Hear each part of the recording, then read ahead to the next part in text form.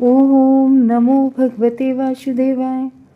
तो आज हम लोग श्रीमद् भागवतम के थर्ड कैंटो का जो फोर्थ चैप्टर है उसका हम लोग 30 श्लोक का करते हैं, 30वां। तो बात ये चल रही थी कि उन्होंने पूछा कि परीक्षित महाराज ने कि जब पूरा यदुवंश चला गया फिर उद्धव जी क्यों बचे और भगवान ने भी उसको स्वीकार किया, तो उद्धव जी भी थे तो उद्धव जी क्यों इस धरा जगत पर रह गए। तो वो बता रहे हैं कि भगवान तो यहाँ पर सुखदेव गोस्वामी कह रहे हैं, बता रहे थे कल कि उसका अगला श्लोक है अस्मालोकादुपर्ते मयि ज्ञानम मदाश्रयम अर्तुद्धव एवाधा संप्रत्यात्मवताम वरः।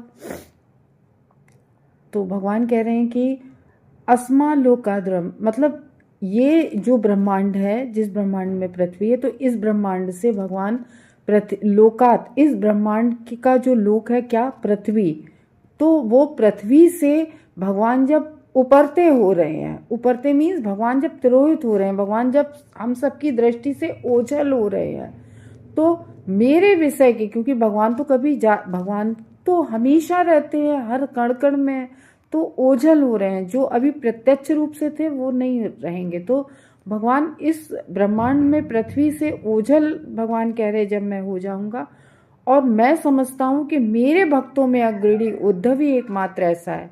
तो कह रहे क्योंकि उद्धव ही एकमात्र ऐसे भक्त हैं कि जो मेरे विषय का ज्ञान प्रत्यक्ष रूप से वो आगे बढ़ा पाएंगे, दे पाएंगे, क्योंकि भगवान ने कहा था कि ये बहुत मतलब एक सरप्राइजिंग बात है कि देखो उद्धव जी किसको ज्ञान देने जा रहे हैं, जो नर नारायण भगवान के अवतार हैं, जो तपस्या कर रहे हैं, और जो जो चार धाम ये बोले जाते हैं, देखो सतयुग का धाम बोला जाता है ये आपका बद्रिकाश्रम, और आपका ये जो त्रेता का है, वो त्रेता का जो बोला जाता है वो रामेश्वरम बोला जाता है, ठीक है ना। तो और जो द्वापर युग का धाम बोला जाता है वो द्वारिकापुरी बोला जाता है, और कलयुग का धाम जो बोला जाता है वो कलयुग का धाम जगन्नाथपुर है। देखो जब सतयुग क्यों कहा जाता है, सतयुग में जो चीज लोग क्या करते, तपस्या करते थे, कई कई वर्षों तक, कई हजारों वर्षों तक उससे फल मिलता था। तो कलयुग में केवल प्रसादम खाने से उसका फल मिल जाता है कि जगन्नाथपुर जाइए आप और वहां पर जाके आप वहां पर बस प्रसाद पाइए, या फिर मायापुर जाके भगवान का हरि नाम संकीर्तन कर आइए, ठीक है। तो इस तरीके से ये चारों धाम अलग अलग उसके हैं, चारों धाम। सतयुग में बद्रिकाश्रम जाके आप पूजा करिए, और त्रेता में रामेश्वरम, द्वापर में द्वारकापुरी श्रृंगार कल भगवान का, और कलयुग में प्रसाद खाना जगन्नाथपुर जाके। तो इस तरीके से कह रहे हैं। तो यहाँ पर क्या है कि भगवान जब नर नारायण को, और बात यह है कि उद्धव ही एक विशेष क्यों थे, क्योंकि देखो एक जो कल हम लोगों ने जाना था कि ज्ञान तो बहुत सारे लोगों को दिया जाता है, क्या वैसा ज्ञान हर कोई उस ज्ञान को समझ सकता है। हर व्यक्ति के जो ज्ञान का एक अलग अलग वो होता है ना, कैटेगराइज, तो अलग अलग सब लोग अपना अपना ज्ञान सबका होता है।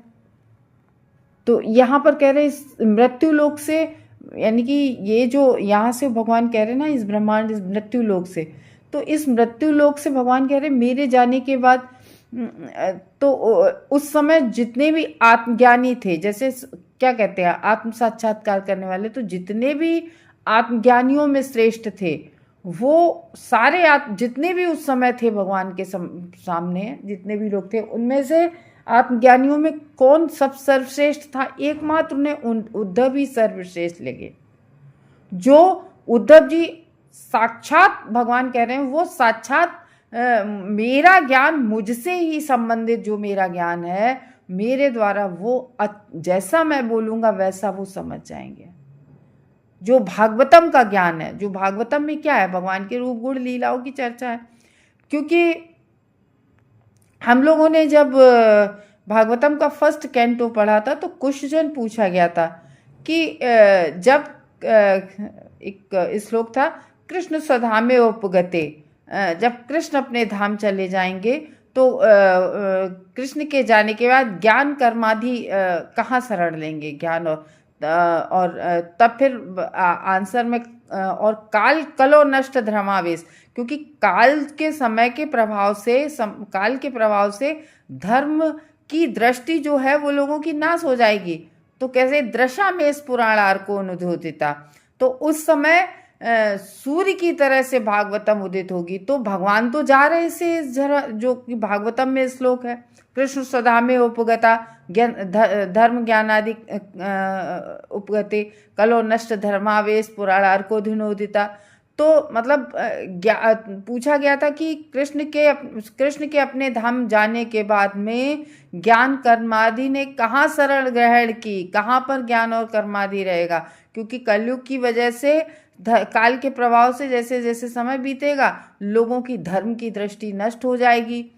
तो कह रहे हैं पुराणार को दिनोदिता, सूर्य की तरह से ये पुराणों का ये जो भागवतम पुराण है ये सूर्य की तरह से उदित होगा। भगवान चले जाएंगे, जैसे भगवान चले गए, जैसे एक चीज अस्त हुई तो यहाँ पर सूर्य अधुनोदिता पुराण, तो ये भागवतम है ज्ञान कर्म।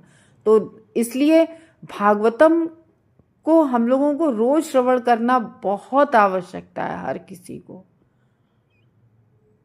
तो नित्यम भागवत सेवया, ठीक है ना। तो इसीलिए फर्स्ट कैंटो में ही कह दिया गया था नित्यम भागवत सेवया। तो इस तरीके से भगवान कह रहे हैं कि केवल जो इतने सारे लोग दिख रहे हैं इनमें सेल्फ रियलाइज्ड जो है वो उद्धव ही है और कोई भी नहीं है। उद्धव के अतिरिक्त तो कोई भी ऐसा नहीं है जो साक्षात मुझसे ज्ञान ग्रहण कर ले। और क्यों, देखो हर किसी में योग्यता अलग अलग होती है और भगवान तो हर किसी को जानते हैं कि कौन किस, हम लोग कोई भी यहाँ पर इस भौतिक जगत में कोई भी कितना भी किसी के सामने भी बनता रहे, लेकिन भगवान तो हर किसी को जानते हैं कौन कैसा है, किस में कितनी योग्यता है, किस में कितना मतलब मूर्खता है, ये सब भगवान जानते हैं ना। तो ये है। तो और आज भी भगवान जान रहे हैं। हम ऊपरी बनावटी और बातचीत या किसी भी चीज़ से अपने आप को ढक लें, लेकिन भगवान हर किसी की योग्यता को जानते भी हैं और समझते भी हैं। तो ये कह रहे हैं कि, और दूसरी बात ये कि उद्धव में केवल ज्ञान को समझने की ही केवल श्लोक में बताया जा रहा है, ज्ञान को केवल समझने तक की कैपेसिटी नहीं थी कि हाँ भाई बहुत सारे लोग ऐसे होते हैं जो ज्ञान को समझ लेते हैं लेकिन उस ज्ञान को आगे सप्लाई नहीं कर पाते, आगे बढ़ा नहीं पाते, क्योंकि किसी में समझने की तो वो बहुत अच्छी वो होती है लेकिन वो दूसरों को समझाने की जो कला होती वो नहीं होती। लेकिन उद्धव जी कैसे थे, केवल समझने तक ही सीमित नहीं थे। यही नहीं कि केवल भगवान का जो ज्ञान एज इट इज समझ लिया, बल्कि उस ज्ञान को एज इट इज जैसा भगवान ने दिया उस ज्ञान को बांटने की भी, लोगों को उस ज्ञान तक पहुंचाने की भी योग्यता थी उद्धव में। तो इस तरीके से भगवान तो सबको जानने वाले हैं, तो इसलिए भगवान ने उद्धव को, क्योंकि उद्धव को इसीलिए बचा के रखा कि ये ज्ञान आगे परंपरा में एवं परंपरा प्राप्ति, आगे परंपरा में इस ज्ञान को, क्योंकि ज्ञान तो पहली बात तो समय के साथ ज्ञान लुप्त हो जाता है और दूसरी बात कभी कभी उस ज्ञान को मतलब बदल दिया जाता है, वो कहने में ही बदल जाता है। तो इसलिए उद्धव बिल्कुल बढ़िया आदमी थे, मतलब ज्ञान लेके एज इट इज वो ज्ञान पहुंचाने तक। देखो जैसे आज भी हम लोग बहुत सारे लोगों को सुनते हैं, हम लोग कहते नहीं हमने बहुत कथा सुनी, लेकिन हम लोगों में परिवर्तन नहीं आता। हम लोग बहुत भागवतम सुनते हैं पर परिवर्तन नहीं आता है, जीवन हो जाता है भागवतम सुनते सुनते पर परिवर्तन बिल्कुल नहीं आता। क्यों? क्योंकि हम जिससे सुन रहे हैं हो सकता है वही सेल्फ रियलाइज्ड ना हो, केवल उसने सुन के या फिर कहीं से मतलब जो भी हो वो कहना नहीं चाह रहे, तो वो जो है, जो व्यक्ति स्वयं जिसने स्वयं भगवान का अनुभव किया हो वो अपने अनुभव के अनुसार बता दे, तो वो जैसे नारद जी हैं, नारद जी सेल्फ रियलाइज थे और नारद जी को भगवान का दर्शन हुआ, भगवान को फिर प्राप्त उन्होंने और लालसा बढ़ी, भगवान ने दर्शन दे के चले गए। फिर फिर ब्रह्मा जी के अगले कल्प में जब उनका दोबारा से ब्रह्मा जी के पुत्र बन के आए तो फिर वो भगवान को उन्होंने प्राप्त किया, उनकी सेवा पूरी हो गई थी। तो वो सेल्फ रियलाइज्ड हो गए थे, तो वो जो भी ज्ञान देते उसका प्रभाव पड़ता है, वो ज्ञान बांटते रहते हैं। तो ऐसे ही होता है, भगवान की जिस पर कृपा होती है वही भगवान के ज्ञान को समझ पाता है। देखो, दो तरह के लोग होते हैं, ठीक है, हम लोग जानते हैं। जैसे कि बहुत सारा धन कमाया और उसके बाद में, धन कमाने के बाद में अब उस धन का उपयोग किया किसमें? खाने में, पीने में, सोने में और इंद्रिय तृप्ति पूरे करने में। अच्छा, पशु क्या करते हैं? वो क्या करते हैं?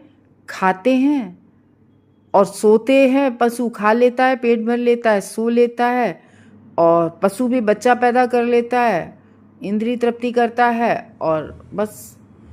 तो उसी तरीके से अगर हम लोग जीएंगे तो पशु और मानव में फिर अंतर क्या रहा? एक बार ना इंद्र को श्राप मिला था, तो इंद्र श्राप के कारण से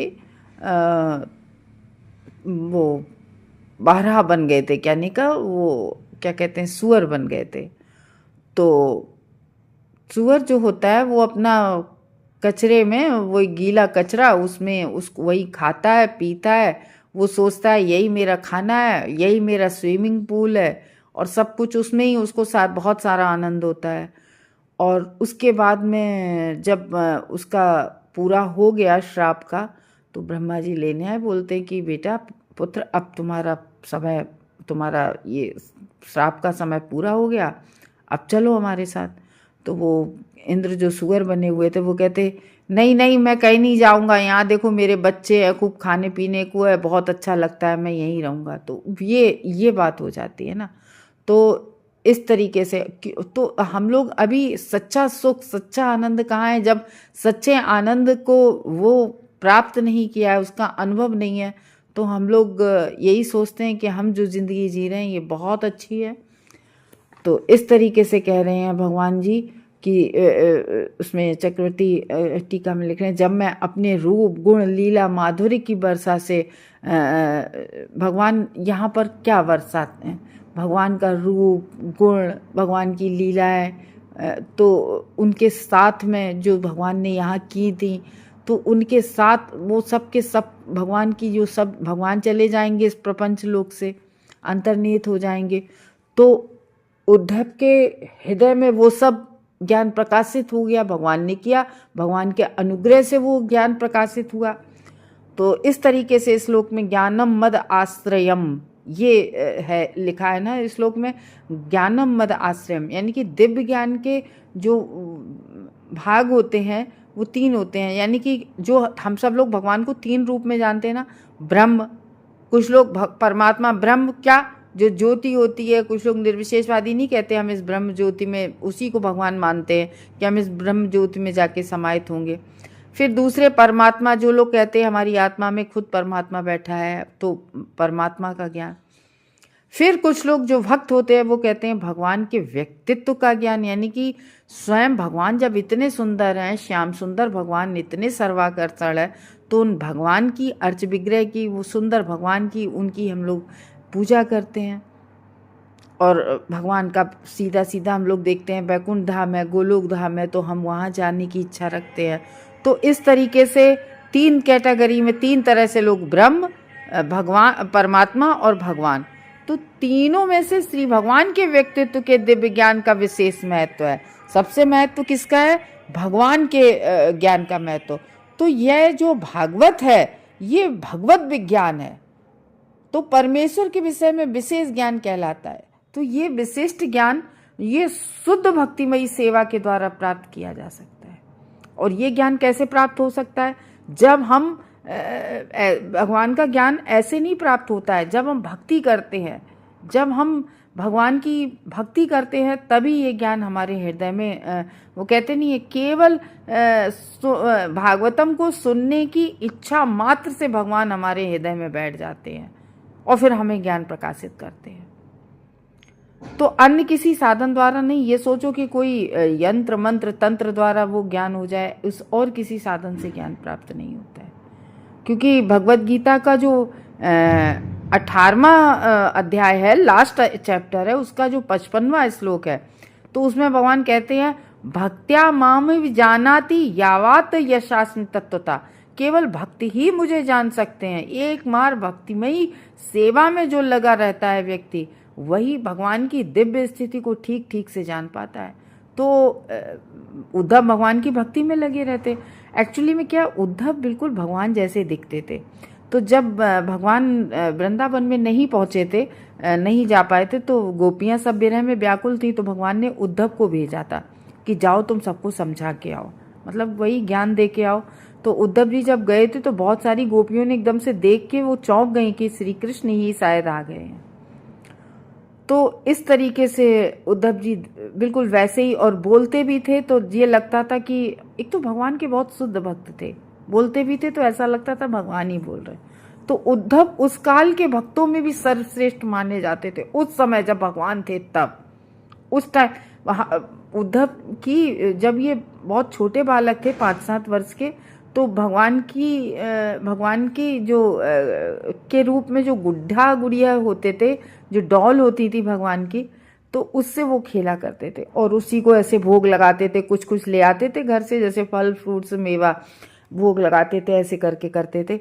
तो उनकी माँ सुबह नाश्ता के लिए बुलाती थी, वो नाश्ता के लिए नहीं जाते थे। ये सोचो, वो नाश्ता छोड़ देते थे भगवान की, इतनी कम उम्र से वो भक्ति कर रहे थे उद्धव जी। तो भगवत कृपा से सीधे उन्हें उपदेश दिया गया, और फिर वो भी भगवान का उपदेश स्वयं भगवान के मुंह से सुनना।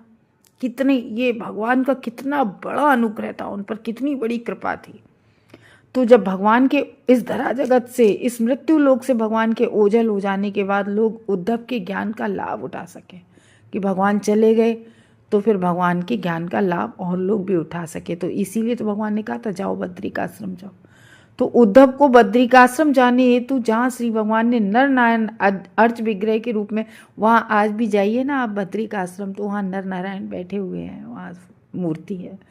तो ये सलाह दिए जाने के कारणों में से यह एक कारण है कि जो मनुष्य आध्यात्मिक रूप से बढ़ा चढ़ा है, जो व्यक्ति आध्यात्मिक रूप से बढ़ा चढ़ा है, वह मंदिर के अर्च विग्रह से प्रत्यक्ष प्रेरणा प्राप्त कर सकता है।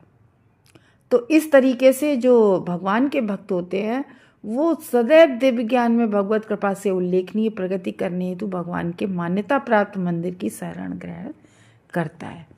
तो जो जैसा कि मंदिरों में जो है भागवतम, अब पहले यही होता था कि मंदिर में लोग दर्शन करने जाते थे, और वहाँ पर केवल दर्शन करके नहीं आते थे, मंदिरों में पहले भागवत चलती रहती थी, भगवान की चर्चा हुआ करती थी भगवान की, तो वहाँ पर वो भी सुन के लोग आते थे। तो ये इससे भक्ति में उन्नति होती है।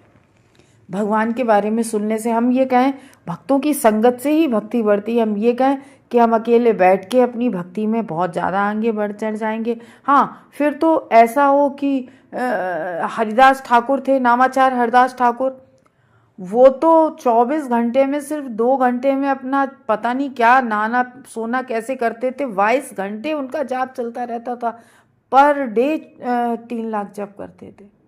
वो तो जप ही करते रहते थे, या फिर वो स्थिति हो। तो इस तरीके से कह रहे हैं कि हम भक्ति में तभी उन्नति प्रगति कर सकते हैं जब हमें वो कहते नहीं है, साधु संग सर्वशास्त्र कहे, लग्न मात्र साधु